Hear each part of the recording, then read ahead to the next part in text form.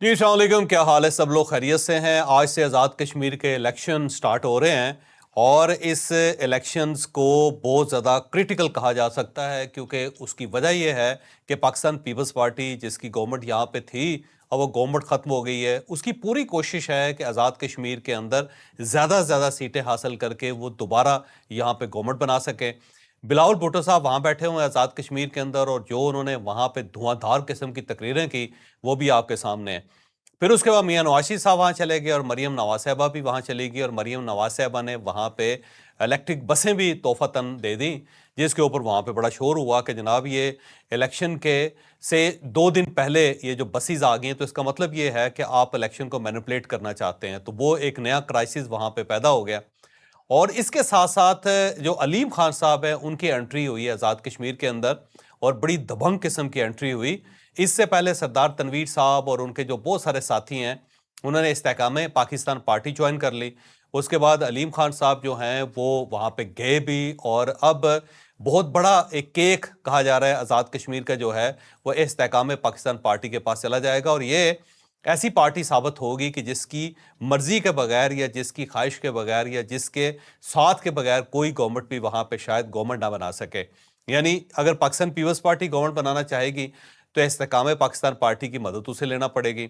और अगर मियां नवाज शरीफ साहब यानी पाकिस्तान मुस्लिम लीग नून वहाँ पे गवर्नमेंट बनाती है तो तब भी अलीम खान साहब की इन्हें ज़रूरत पड़ेगी। आज अलीम खान साहब ने एक तकरीर की और एक वीडियो बयान उन्होंने जारी किया था। मैं वीडियो बयान देख रहा था, उसके अंदर 2-3 पॉइंट बड़े दिलचस्प थे जो मैं चाहता हूं कि आपके सामने रखे जाएं। एक तो उन्होंने कहा कि आज़ाद कश्मीर जो है उसके अंदर बहुत ज़्यादा पोटेंशियल है और जब तक यहाँ पे सरमायाकारी नहीं होती और जब तक टूरिज्म डेवलप नहीं होती आज़ाद कश्मीर के अंदर और जब तक दुरुस्त क़यादत सामने नहीं आती, यानी एक ऐसी क़यादत जो टूरिज्म डेवलप कर सके और जो यहाँ पे सरमायाकारी ला सके, उस वक्त तक यहाँ पे बड़े मंसूबे नहीं बन सकते और जब तक बड़े प्रोजेक्ट नहीं बनेंगे आज़ाद कश्मीर के अंदर, उस वक्त तक आज़ाद कश्मीर के लोगों की माली और माशी हालत बेहतर नहीं होगी। तो साथ उन्होंने अपील भी की आवाम से कि जनाब आज आप जो जितने नौजवान हैं वो खुद वोट देने के लिए आएँ और साथ साथ अपने बुजुर्गों को, अपनी बहनों को, अपने भाइयों को, अपने घर वालों को भी वहाँ पे लेके आए ताकि ज़्यादा से ज़्यादा वोट आप दे सकें। और जब वोट ज़्यादा होंगे और अहल किस्म के लोगों को आप लेके आएंगे तो उससे फिर आपका जो रीजन है वो तरक्की करेगा और जब आज़ाद कश्मीर तरक्की करेगा तो तभी ये सारे मसाइल हल होंगे। अब अलीम खान साहब की जो तकरीर थी या वीडियो बयान है वो बड़ा मज़ेदार और दिलचस्प है क्योंकि इन्होंने शायद ये पहले सियासतदान है या एक पहली सियासी जमात है जिसने जो असल नब्ज़ है कश्मीर की उसको हाथ लगाया है कि सरमायाकारी जब तक यहाँ पे नहीं होती उस वक्त तक कश्मीरियों का मुकद्दर नहीं बदल सकता और जब तक यहाँ पे टूरिज्म इंडस्ट्री डेवलप नहीं होती उस वक्त तक भी कश्मीरी उनकी ज़िंदगी के अंदर कोई ख़ास तब्दीली नहीं आ सकती। और ये बात बड़ी दुरुस्त है क्योंकि अगर आप इस आज़ाद कश्मीर को देखें और उसके बाद अगर आप मकबूजा कश्मीर में जाके देखें तो ज़मीन आसमान का फ़र्क आपको नज़र आता है क्योंकि वहाँ पे टूरिज़्म है और बेइंतहा टूरिज़्म है। जब वहाँ पे अमन कायम हो जाता है या कुछ हालात बेहतर हो जाते हैं तो पूरे इंडिया से वहाँ पे टूरिस्ट जाते हैं और इसके साथ साथ बैरून मुल्क से भी वहाँ पे टूरिस्ट आते हैं और उससे उनकी इकॉनमी जो है वो बहुत अच्छी बूस्ट करती हुई नज़र आती है। जबकि इसके मुकाबले में अगर आप आज़ाद कश्मीर के अंदर जाएं तो यहाँ पे आपको टूरिस्ट नज़र नहीं आता। बहुत अच्छा माहौल भी होगा, बहुत अच्छा मौसम भी होगा और बहुत अच्छे हालात भी होंगे, तब भी पंजाब से चंद लोग या चंद हज़ार लोग वहाँ पे जाएंगे जिसकी वजह से फिर ये जो इलाका है बहुत पीछे रह गया है। तो अलीम खान साहब ने ये बात बड़ी दिलचस्प की है कि आप यहाँ पे टूरिज्म को डेवलप करें। अब टूरिज्म डेवलप क्यों नहीं हो रही? इसलिए नहीं हो रही कि वहाँ वाकई ऐसी गवर्नमेंट नहीं आ रही कि जो लोगों को इस चीज़ के ऊपर उभार सके या यहाँ पे सरमायाकारी करवा सके, बिलखसूस टूरिज्म के डिपार्टमेंट के अंदर। और साथ साथ वो कहते हैं कि जी इतने ज़्यादा कश्मीरी बाहर हैं, आप अगर इंग्लैंड चले जाएं, यूरोप चले जाएं तो आपको बेतहाशा कश्मीरी वहाँ पे मिलते हैं। इन कश्मीरियों के पास पैसा भी बहुत है, ये खुशहाल भी बहुत है और ये वहाँ की सियासत जो इंग्लैंड की सियासत है उसके अंदर बड़ा अहम किरदार है इनका। लेकिन ये अपने इलाके में सरमायाकारी नहीं कर पा रहे या जो आज़ाद कश्मीर की गवर्नमेंट है उनको कोई प्रोजेक्ट नहीं दे रही कि आप इस प्रोजेक्ट के अंदर इन्वेस्टमेंट करें ताकि आपका जो इलाका है उसका मुकद्दर तब्दील हो। तो मेरा ख्याल ये है कि अलीम खान साहब की ये बात बड़ी दुरुस्त है कि आप यहाँ पे सरमायाकारी करें और इस सरमायाकारी के लिए आप सबसे पहले जो कश्मीरी हैं उनको आप तैयार करें कि वो यहाँ आके इन्वेस्टमेंट करें और उसके साथ साथ टूरिज्म की जो इंडस्ट्री है उसको डेवलप करें ताकि यहाँ पे ज़्यादा से ज़्यादा लोग आ सकें। अब ज़्यादा से ज़्यादा लोग यहाँ पे आएंगे तो ज़ाहिर है एक माशी तब्दीली आएगी, उससे आज़ाद कश्मीर आगे बढ़ेगा। तो मुझे लगता है کہ استحकाम पाकिस्तान पार्टी जो आने वाले दिनों में ठीक ठाक किस्म का डेंट यहाँ पे डालने लगी है। अब देखते हैं कि लोग इनको वोट देते हैं या नहीं देते, लेकिन बहरहाल अलीम खान साहब की जो एंट्री है, और वो एक ऐसे वक्त में एंट्री कि जब वहाँ पे पाकिस्तान पीपल्स पार्टी और नवाज शरीफ दोनों का, यानी बिलावल भुट्टो और नवाज शरीफ दोनों का वहाँ पे ठीक ठाक किस्म का मुकाबला हो रहा है, और वहाँ पे अलीम खान साहब दाखिल हुए हैं। कहीं ऐसा ना हो कि बिलावल भुट्टो साहब या आसफ अली जरदारी साहब और मियां नवाज शरीफ साहब लड़ते रह जाएं और अलीम खान साहब जो है वो आज़ाद कश्मीर की गुड्डी उसको लूट के ले जाएं और यहाँ पे उनका प्राइम मिनिस्टर बन जाए। और अगर ये बन गया तो एक बहुत बड़ी तब्दीली होगी, बहुत बड़ा अपसेट होगा बड़ी पार्टीज़ के लिए। इसके साथ साथ मरियम औरंगज़ेब साहबा की मैंने एक तकरीर देखी है और मैंने कहा कि आज का जो वीलॉग है उसके अंदर उसका जिक्र बिलखसूस करना चाहिए। रावलपिंडी के अंदर आज़ाद कश्मीर के इलेक्शन से रिलेटेड ही एक रैली थी, कल थी, और उसके अंदर मरियम औरंगज़ेब साहबा ने पंजाबी में तकरीर की और पहली मरतबा मैंने उनके मुंह से पंजाबी सुनी और तकरीर भी सुनी। तो वो जो वहाँ पे लोग थे वो भी बहुत ज़्यादा खुश हुए।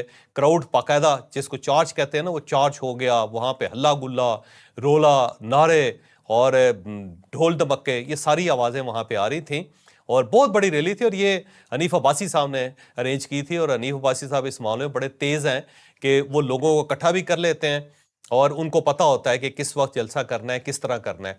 लेकिन मरियम औरंगज़ेब साहबा ने जो पंजाबी बोली है वाकई बड़ी ज़बरदस्त बोली है। मेरी बल्कि उनसे रिक्वेस्ट है और मेरा उनको मशवरा है कि आप पंजाबी में बात किया करें। जब आप पंजाब के साथ आपका ताल्लुक़ है और आप पंजाब की सीनियर वज़ीर भी हैं और मरियम नवाज साहबा की आप ज़ाहिर राइट हैंड मैन भी हैं, तो पंजाब के अंदर पंजाबी क्यों ना बोली जाए।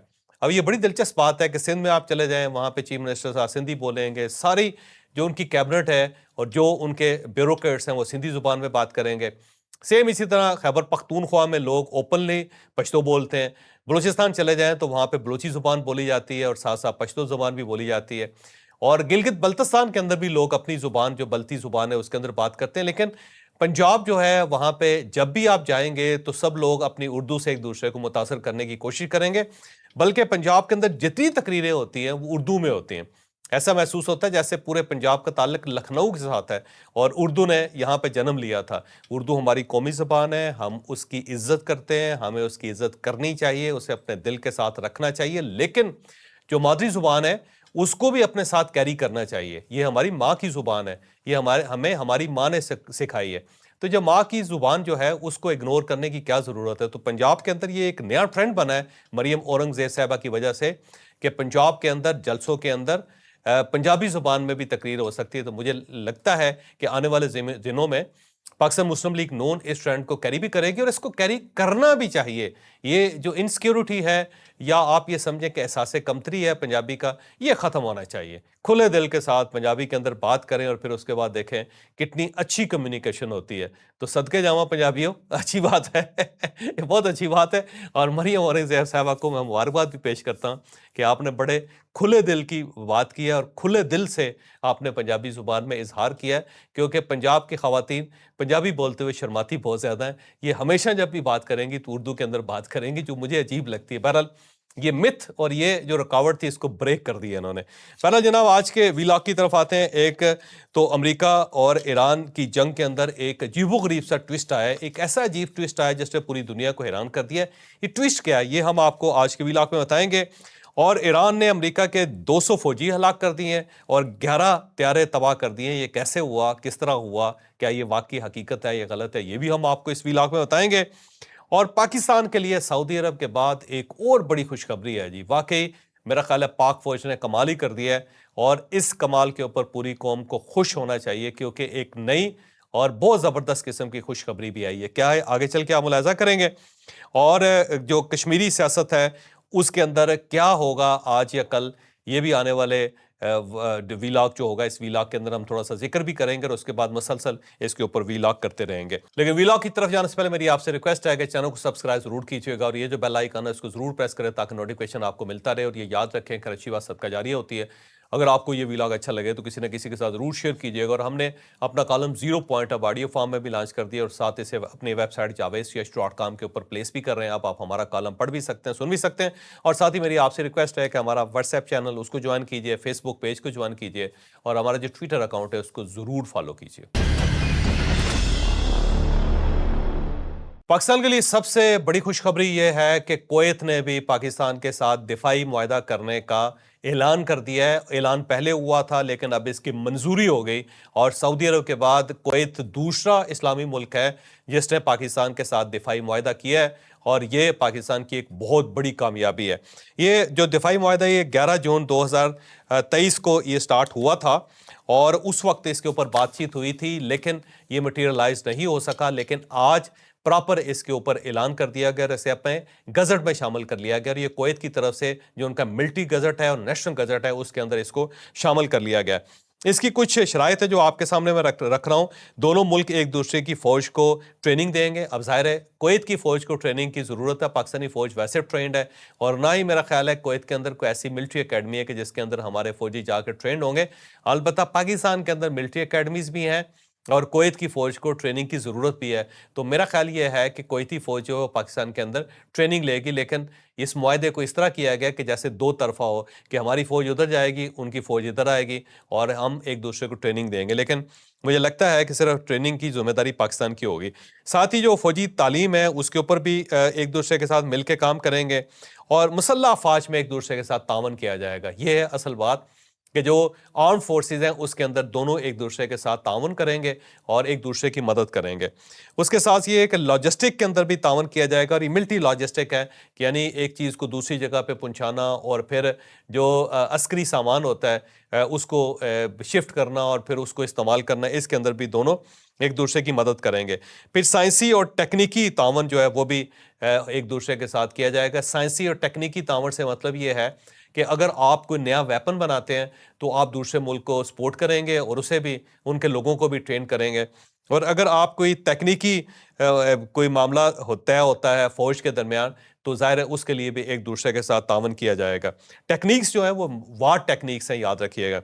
फिर इसके साथ साथ ये है कि एक एग्जेक्टिव प्रोटोकॉल है और ये जो एग्रीमेंट है ये एग्जेक्टिव प्रोटोकॉल और प्रोग्राम के ज़रिए सालाना तौर पे देखा जाएगा और सालाना मसूबा बनाया जाएगा प्रॉपर एक दूसरे के डिफेंस के लिए और उस मसूबे के मुताबिक फिर दोनों मुल्क आगे बढ़ेंगे। फिर इसके साथ ये कि क्लासिफाइड जो दस्तावेज हैं, यानी जो क्लासिफाइड यानी खुफिया जो एग्रीमेंट्स हुए हैं दोनों मुल्कों के दरमियान, उसे किसी एक फ्री की मंजूरी के बगैर, यानी कि अगर फर्ज करें पाकिस्तान मंजूर नहीं करता या फिर कुवैत इसकी मंजूरी नहीं देता तो इसे किसी तीसरे फ्री के सामने पेश नहीं किया जाएगा, इसे ओपन नहीं किया जाएगा। यानी जो भी एग्रीमेंट कुवैत और पाकिस्तान के दरमियान हो रहा है इसे किसी जगह पे ओपन नहीं किया जाएगा और इसे किसी और मुल्क के हवाले नहीं किया जाएगा, किसी बैनुल-अक़वामी फोरम पे पेश नहीं किया जा सकेगा। और इसके साथ साथ ये है कि जनाब अखराजात जो हैं उसका भी बाकायदा तखमीना लगाया जाएगा और उसका प्रॉपर तखमीना लगा के फिर अखराजात जो हैं अदा किए जाएंगे। मेरा ख्याल है जो मिलिट्री ट्रेनिंग्स हैं, वेपन्स हैं और उसके लिए ज़ाहिर है पाकिस्तान एक बिल पेश करेगा और उसको फिर अदा करेगा कुवैत। साथ ये है कि अगर कोई तनाज़ा हो जाता है तो उस तनाज़े को मुशावरत के ज़रिए ख़त्म किया जाएगा, लेकिन इस जो तनाज़ा है इसको किसी अदालत के अंदर या किसी बैनुल अक़वामी फोरम के ऊपर पेश नहीं किया जा सकेगा। ये सिर्फ दो मुल्कों के दरमियान ही रहेगा। ऐसा नहीं है कि किसी आलमी फोरम पे चले जाएं, किसी बैनुल अक़वामी अदालत में जाके एक दूसरे के ऊपर केस कर दें या किसी तीसरे फरीक के पास चले जाएं और उससे कहें कि हमारी सुलह करवा दें। ये मामला जो होगा ये सिर्फ और सिर्फ आपस में हल किया जाएगा। तो ये एक बहुत बड़ी तब्दीली है क्योंकि ये ज़हन में रखें कि कुवैत बहुत अमीर मुल्क है और उसके पास तेल और गैस की बहुत बड़ी फरावानी में बदौलत है और साथ साथ वो इस सूरत हाल का शिकार है जिसके अंदर ईरान मुसलसल उसके ऊपर हमला कर रहा है। इस जंग के दौरान जो कुवैत ने एक चीज़ ऑब्जर्व की वो था सऊदी अरब और पाकिस्तान का मिलिट्री तावन, कि जब ये मुआहदा हुआ सऊदी अरब और पाकिस्तान के दरमियान तो कुवैत, बहरीन और दूसरे मुल्कों ने देखा कि ईरान ने सऊदी अरब के ऊपर हमला नहीं किया क्योंकि दरमियान में पाकिस्तान था और पाकिस्तान ने वार्निंग दे रखी थी ईरान को कि आपने सऊदी अरब के ऊपर हमला नहीं करना और अगर आप करेंगे तो फिर हम सऊदी अरब के साथ जाके खड़े हो जाएंगे। तो कुवैत ने जब इसे ऑब्जर्व किया तो फिर उसने सोचा कि इमीडिएटली हमें भी इस किस्म का एक एग्रीमेंट पाकिस्तान के साथ साइन कर लेना चाहिए ताकि पाकिस्तान एक बफर जोन क्रिएट करे ईरान और कुवैत के दरमियान। अब अगर ज़ाहिर है ये मुआहदा हो जाता है और साइन होगा और उसके बाद पाकिस्तान की तरफ से अनाउंसमेंट होगी तो उसके बाद फिर हम रिक्वेस्ट करेंगे ईरान से कि अब आप भाई कुवैत के ऊपर भी हमला ना करो, हमारा उनके साथ डिफेंस पैक्ट है। तो अब ज़ाहिर है फिर ईरान के जो मामलात हैं उसे थोड़ा सा संभाला दिया जाएगा और पाकिस्तान दरमियान में रुकावट बनेगा। तो ये एक बड़ी پیش رفت ہے. میرا خیال ہے اس پیش رفت کا آنے والے دنوں میں بہت زیادہ فائدہ ہوگا. ایک اور بڑا زبردست قسم کا ٹویسٹ آیا ہے ایران اور امریکہ کی جنگ کے درمیان کہ 2 دن ہو گئے نہ ایران نے کوئی حملہ کیا ہے اور نہ ہی امریکہ نے حملہ کیا ہے, اور ڈونلڈ ٹرمپ نے پراپر حملے روک دیے ہیں. اب جب حملے رکے ہیں تو اس کے بعد ایران پاسداران کی طرف سے بھی آج اعلان ہو گیا ہے کہ جب تک امریکہ کی طرف سے کوئی حملہ نہیں ہوتا ہم بھی امریکہ یا پھر امریکہ کے اتحادیوں پہ کوئی حملہ نہیں کریں گے. تو ایک ایسا لگتا ہے کہ جیسے ایک جنگ بندی کا اعلان ہو گیا ہے, لیکن اس جنگ بندی کے جو ٹرمز اینڈ کنڈیشن ہے وہ طے نہیں ہوئی. کسی نے اناؤنسمنٹ نہیں کی پراپر, جس کو کہتے ہیں کہ جیسے پچھلی بار ایک ٹویٹ آیا تھا میاں شہباز شریف صاحب کی طرف سے کہ جناب ہم نے جنگ بندی کروا دی, ابھی تک وہ تو نہیں ہوا, لیکن دونوں فریق اس چیز کو تسلیم کر رہے ہیں کہ جناب ہم نے سرحدست حملے روک دیے ہیں.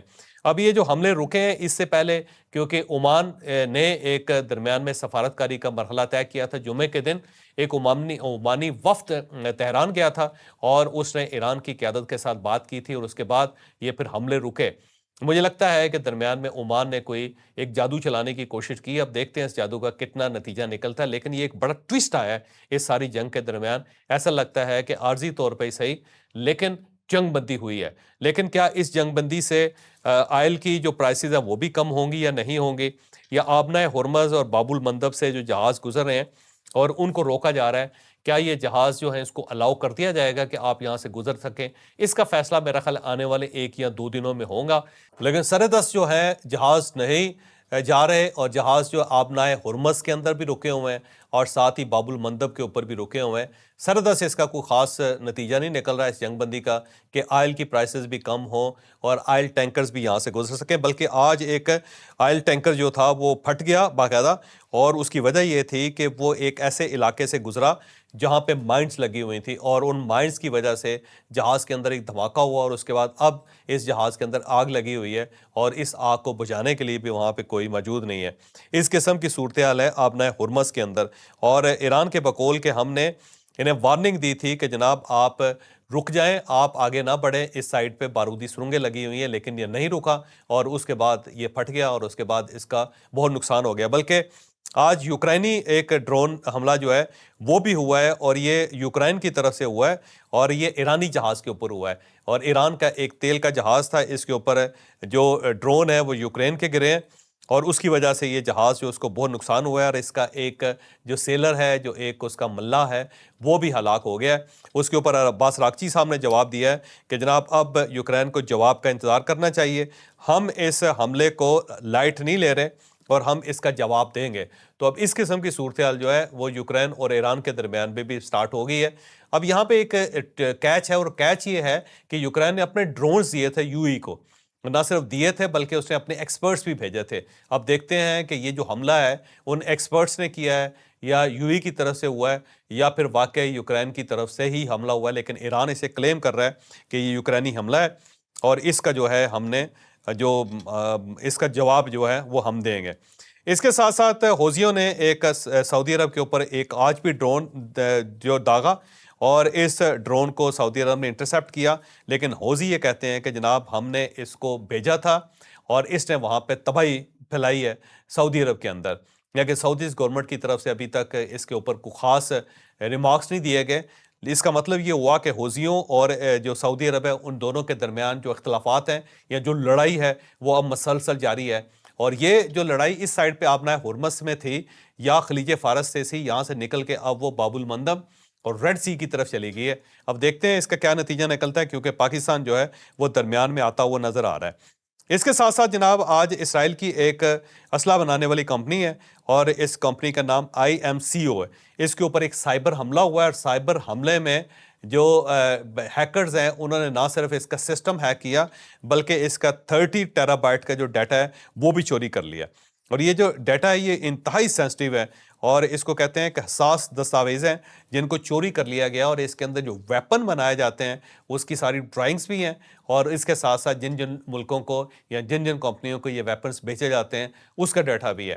اس سے اسرائیل کا جو سسٹم ہے وہ ہل کے رہ گیا, کیونکہ اس کی اسلحہ ساز کمپنی کا ڈیٹا چوری ہو جانا اور اس کا سسٹم ہیک ہو جانا, اس کا مطلب یہ ہوا کہ ہیکر جو ہیں وہ اسرائیلی کمپنیوں اور اسرائیلی جو دماغ ہے جس کو کہتے ہیں کہ دنیا کا سب سے بڑا دماغ ہے اس سے بھی بڑے ہیں. تو اس سے اب اسرائیل کے اندر ایک ایمرجنسی سی ہے, اور اس ایمرجنسی کے ذریعے جو بڑی اسلحہ ساز کمپنی ہے ان کا خصوصی طور پہ خیال رکھا جا رہا ہے. ان کا جو ڈیٹا بینک ہے اس کے اوپر ایکسٹرا سیکیورٹی کر دی گئی ہے کہ کہیں اس کے اوپر دوبارہ سائبر حملہ یا ان کے اوپر بھی سائبر حملہ نہ ہو سکے.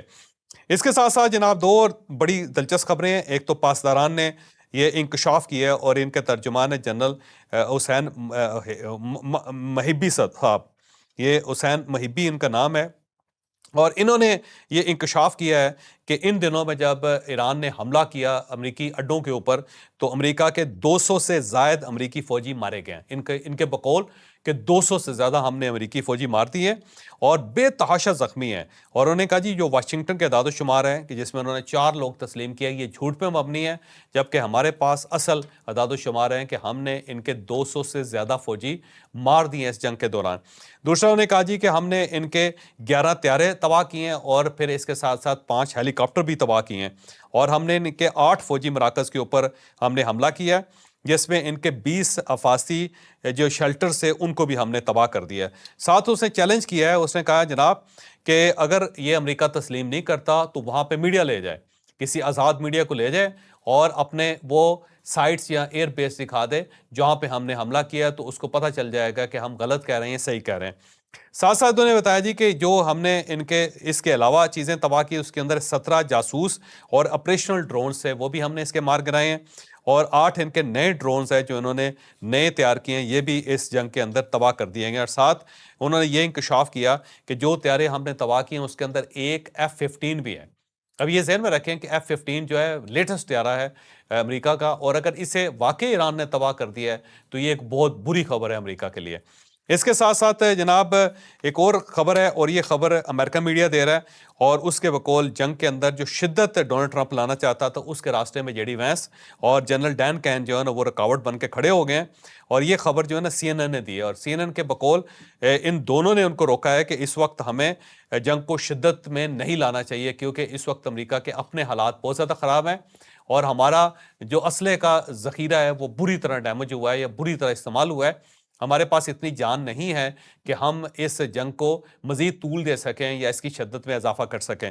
CNN کے بقول جنرل ڈین کین اور JD وینس نے پراپر ہاتھ روکا اس کا ڈونلڈ ٹرمپ کا، ورنہ ڈونلڈ ٹرمپ جو ایک بڑا شدید حملہ اس کے اوپر کرنا چاہتا تھا ایران کے اوپر، لیکن ان دونوں نے اسے باز رکھا کہ اس وقت صورتحال جو وہ بہتر نہیں ہے. ساتھ CNN کا یہ بھی کہنا ہے کہ ڈونلڈ ٹرمپ نے اپنے جو مذاکرات کار ہیں ان کو یہ ہدایت دے دی ہے کہ وہ مذاکرات جاری رکھیں، اور انہوں نے مذاکرات جاری رکھے ہوئے ہیں، اور ساتھ ساتھ وہ چاہتا ہے کہ حملوں کے اندر شدت آئے لیکن اس کے اپنے ساتھی جو اس کا ساتھ نہیں دے رہے.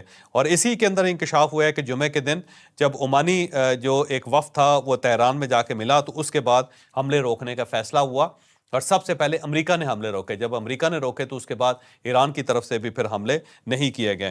اس کے ساتھ ساتھ ایک نیو یارک ٹائمز کی خبر ہے، اور نیو یارک ٹائمز کی خبر بھی بہت خوفناک ہے. اس خبر کے بقول کہ جو ڈونلڈ ٹرمپ ہے اس کے پاس بڑی طاقتور فوج ہے، دنیا کی سب سے بڑی طاقتور فوج ہے، لیکن اس طاقتور فوج کے باوجود ڈونلڈ ٹرمپ جو ان کے اندر بری طرح پھنس گئے اور انہیں یہاں سے نکلنے کا راستہ نہیں مل رہا. ساتھ انہوں نے بتایا کہ ڈونلڈ ٹرمپ یہ سمجھتے ہیں کہ ان کے جو اختیارات ہیں اس کی کوئی حد نہیں ہے، وہ دنیا کی واحد سپر پاور کے پریزیڈنٹ ہیں، اور اس پریزیڈنسی نے انہیں اتنے زبردست قسم کے اور خوفناک قسم کے اختیارات دے رکھے ہیں کہ دنیا کی کوئی طاقت انہیں روک نہیں سکتی. لیکن انہیں اس جنگ کی وجہ سے اب اپنے اختیارات جو محدود ہوتے ہوئے نظر آ رہے ہیں، اور انہیں وہ حد نظر آ رہی ہے جو انہیں اس سے پہلے نظر نہیں آ رہی تھی. ساتھ ہی انہوں نے کہا کہ یہ صدارت میں آئے ہیں تو اس جنگ کے اندر گھس گئے اور اس کے بعد اس جنگ نے ان کی مت مار کے رکھ دی اور اب ان کو یہاں سے نکلنے کا راستہ نہیں مل رہا.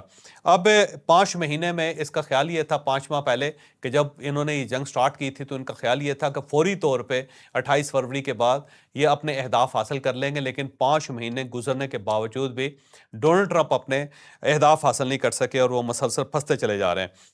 ساتھ ساتھ نیو یارک ٹائمز کا یہ بھی کہنا ہے کہ اس جنگ کے اب 3 ہی حل ہیں. ایک حل یہ ہے کہ آپ جنگ کی شدت میں اضافہ کر لیں اور اس کو پھیلا لیں. دوسرا یہ ہے کہ معاشی دباؤ جو ہے وہ آپ ڈالتے چلے جائیں ایران کے اوپر، اور اپنے اوپر بھی معاشی دباؤ جو ہے اس کو ڈالتے رہیں، اور پھر یہ دیکھیں کہ دونوں میں سے پہلے کون تھکتا ہے. اور اس کے بعد آپ کے پاس ایک تیسرا آپشن یہ ہے کہ آپ ایک چھوٹا سا حملہ کریں، یا بغیر حملہ کیے ہوئے ڈونلڈ ٹرمپ یہ کہہ دیں کہ میں جیت گیا ہوں اور اپنی فتح کا اعلان کر کے آپ وہاں سے نکل آئیں. لیکن یہ تینوں جو حل ہیں یہ سر دست مٹیریلائز ہوتے ہوئے نظر نہیں آ رہے. نیو یارک ٹائمز کے بقول کہ اب دیکھتے ہیں کہ ڈونلڈ ٹرمپ کون سا راستہ لیتا ہے، اور لیکن بہرحال اس کو راستہ لینا پڑے گا ورنہ وہ اسی طرح پھنستا رہے گا۔ ساتھ ساتھ اس نے یہ انکشاف بھی کیا کہ یہ بات درست ہے کہ جو امریکہ کے میزائل کے ذخائر ہیں ان کے اندر کمی آئی ہے، اور اس جنگ نے بری طرح ان ذخائر کو ڈیمیج کیا ہے، اور ڈونلڈ ٹرمپ کو اس چیز کا اندازہ ہے، لیکن ڈونلڈ ٹرمپ کو یہ بھی پتہ ہے کہ وہ بری طرح اس جنگ میں پھنس گیا ہوا ہے، اور یہ بات درست ہے۔ ڈونلڈ ٹرمپ صاحب آئے تھے، ان کا خیال یہ تھا کہ ایران سرنڈر کر دے گا، لیکن ایران نے نہ صرف سرنڈر کرنے سے انکار کر دیا بلکہ اس نے اس کی دونوں ٹانگیں پکڑ لی ہیں۔ اب دیکھتے ہیں ڈونلڈ ٹرمپ جو ہے اس سارے سیناریو سے اپنے آپ کو کس طرح نکال پاتے ہیں۔ پہلے مجھے اجازت دیں، اگلے ویلاگ میں ملاقات ہوگی۔ پاکستان زندہ باد۔